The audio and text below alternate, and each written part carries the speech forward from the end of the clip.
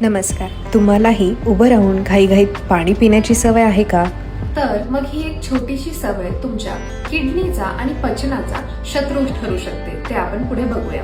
ज्यावेळेस आपण उभं राहून पाणी पितो त्यावेळेला शरीरातील जे द्रव पदार्थ आहेत, फ्लुइड्स आहेत, त्यांचं संतुलन बिघडतं आणि सायनोइड फ्लुइड मध्ये अडथळा निर्माण होतो. त्यामुळे सांधेदुखी, गुडघेदुखी यासारखे त्रास होतात. त्याचबरोबर ऍसिड रिफ्लेक्समुळे तुम्हाला छातीमध्ये जळजळ, ऍसिडिटी यासारखे त्रास देखील दिसून येतात. उभं राहून ज्या वेळेला घाईत पाणी पिलं जातं तेव्हा ग्रॅव्हिटीमुळे हे पाणी वेगाने खालच्या दिशेला जातं आणि त्यामुळे किडनीला रक्त आणि पाणी फिल्टर करण्याचा वेळ मिळत नाही. आता पाण्याचा आपल्या शरीरामध्ये मुख्य उद्देश काय आहे, तर शरीरातील टॉक्झिन्स बाहेर काढणे आणि शरीराला हायड्रेट ठेवणे.